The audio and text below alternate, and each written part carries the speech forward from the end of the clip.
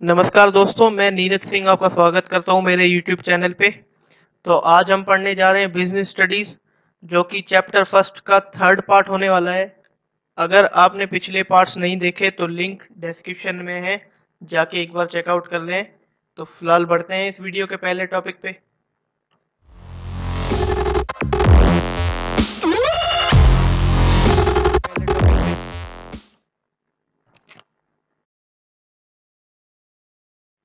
तो दोस्तों शुरू करते हैं इस वीडियो का पहला टॉपिक, जो कि है बिजनेस रिस्क, यानी कि व्यवसायिक जोखिम। तो देखिए, जोखिम जो है ना, chance of loss due to uncertain event in future. कोई भी ऐसा इवेंट जो कि हमने प्रिडिक्ट ही नहीं कर रखा फ्यूचर में, वो आ जाता है और इस इवेंट की वजह से हमें जो लॉस होता है वो बिजनेस रिस्क कहलाता है।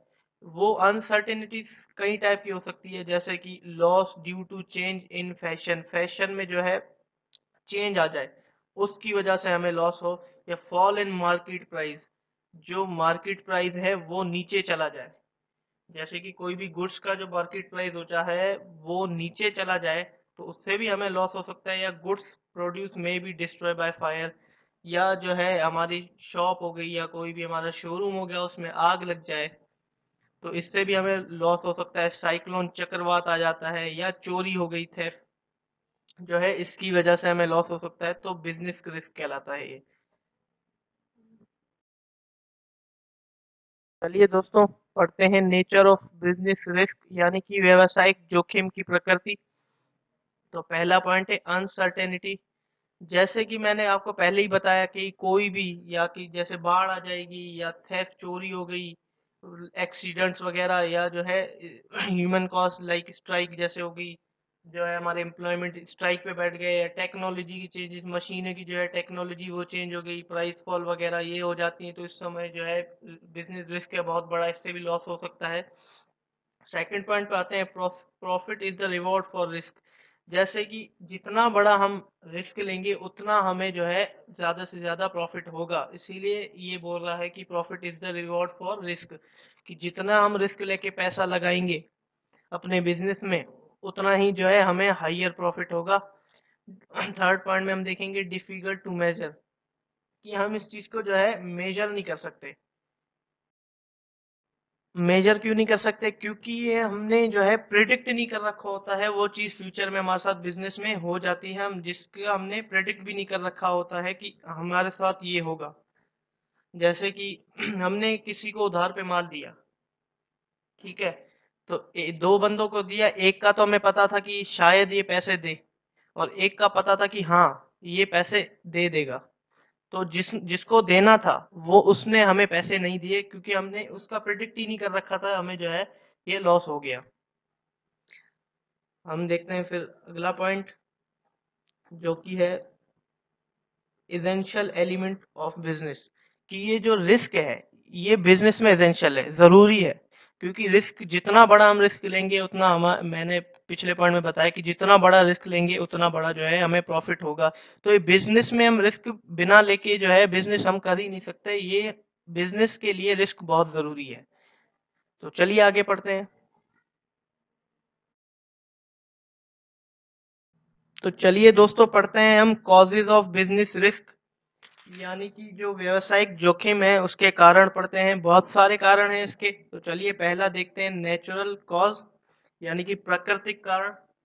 जैसे कि जो प्रकृति से हो, जैसे कि फायर, आग लग जाना, अर्थक्वेक आ जाना वगैरह, या चक्रवात आ जाना, तो इससे भी बहुत बड़ा रिस्क हो जाता है एक बिजनेस में, इससे भी लॉस हो जा सकता है। जैसे कि अर्थक्वेक आ जाए तो शॉप या हमारा कोई भी शोरूम हो वो गिर जाए, तो ये बहुत बड़ा रिस्क है।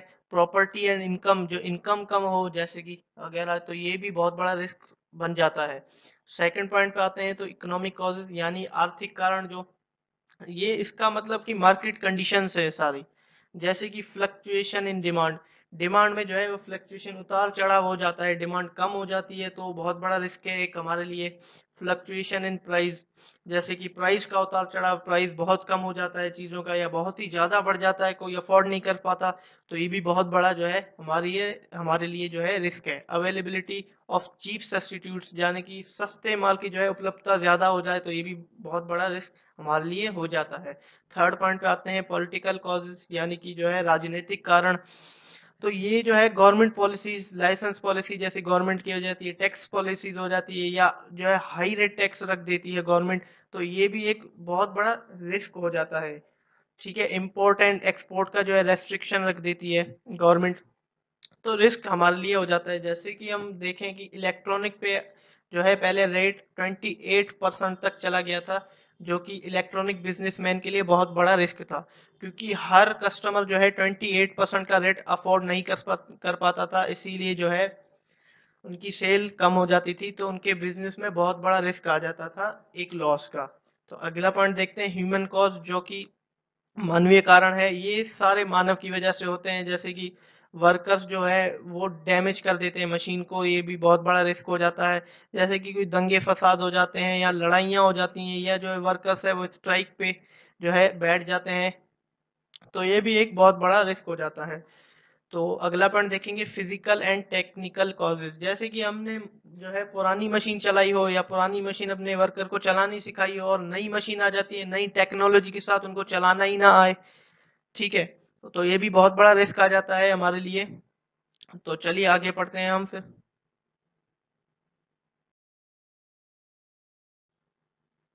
तो दोस्तों चलिए पढ़ते हैं क्लासिफिकेशन ऑफ बिजनेस एक्टिविटीज, यानी कि जो व्यावसायिक गतिविधियां हैं उनका वर्गीकरण पढ़ते हैं।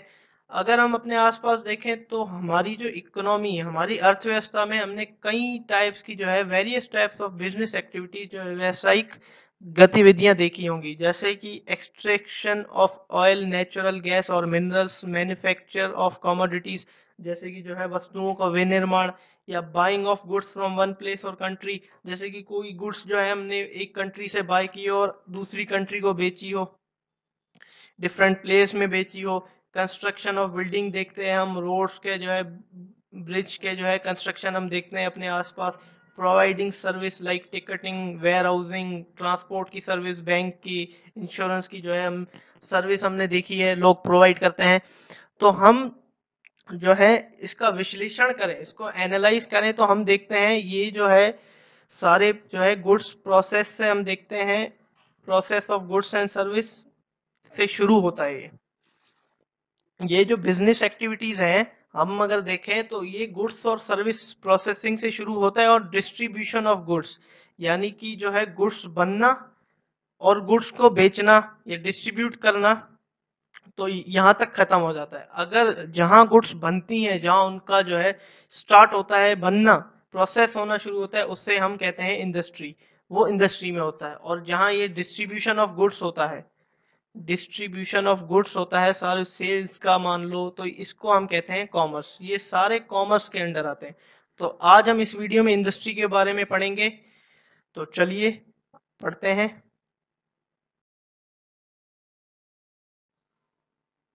तो चलिए दोस्तों हम पढ़ते हैं इंडस्ट्री को।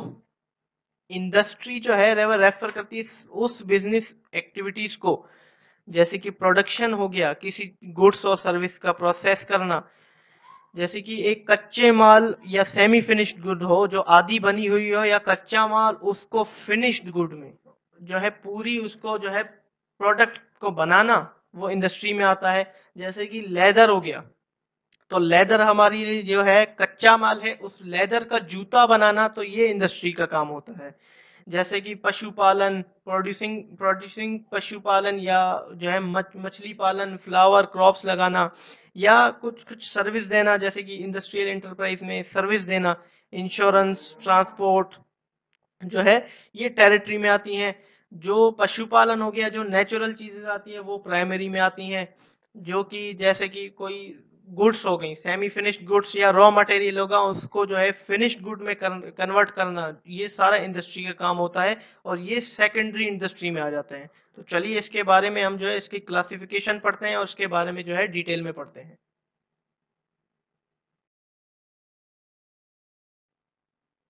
तो दोस्तों देखिए, क्लासिफिकेशन ऑफ इंडस्ट्री, उद्योग का जो है वर्गीकरण कितने भागों में किया गया है।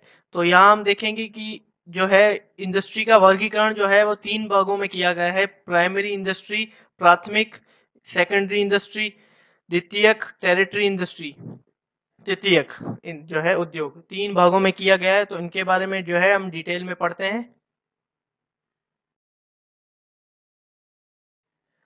तो दोस्तों आइए हम इन तीनों इंडस्ट्री को पढ़ते हैं। तो पहले पहले पढ़ते हैं हम प्राइमरी इंडस्ट्री को, यानी कि प्राथमिक उद्योग को।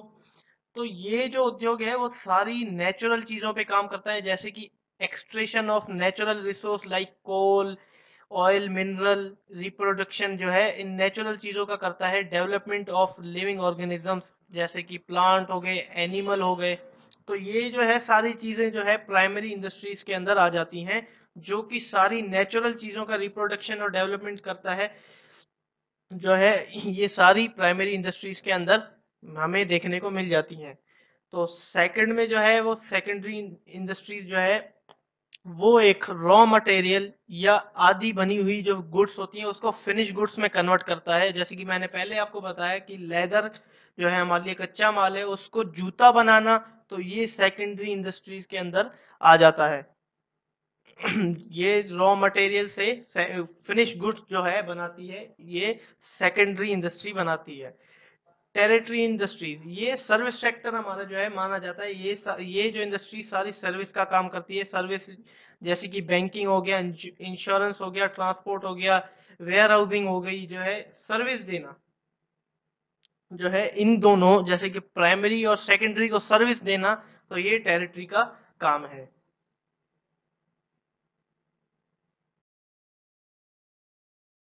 तो दोस्तों देखिए, ये क्लासिफिकेशन ऑफ इंडस्ट्री है, उनके जो है नेचर ऑफ एक्टिविटी के बेस पे है। जैसे कि प्राइमरी इंडस्ट्रीज का जो होता है वो एक्सट्रैक्टिव इंडस्ट्री और जेनेटिक इंडस्ट्रीज होती हैं।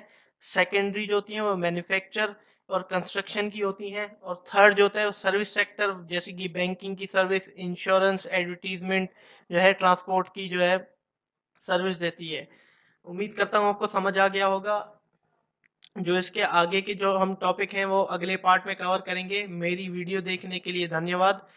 ऐसी वीडियो देखने के लिए मेरे चैनल को सब्सक्राइब करें और बाजू में जो बेल आइकन है उसको भी क्लिक करें, ताकि रोज जो नई वीडियो आती है उसकी जो नोटिफिकेशन है आपको सबसे पहले मिल जाए। धन्यवाद।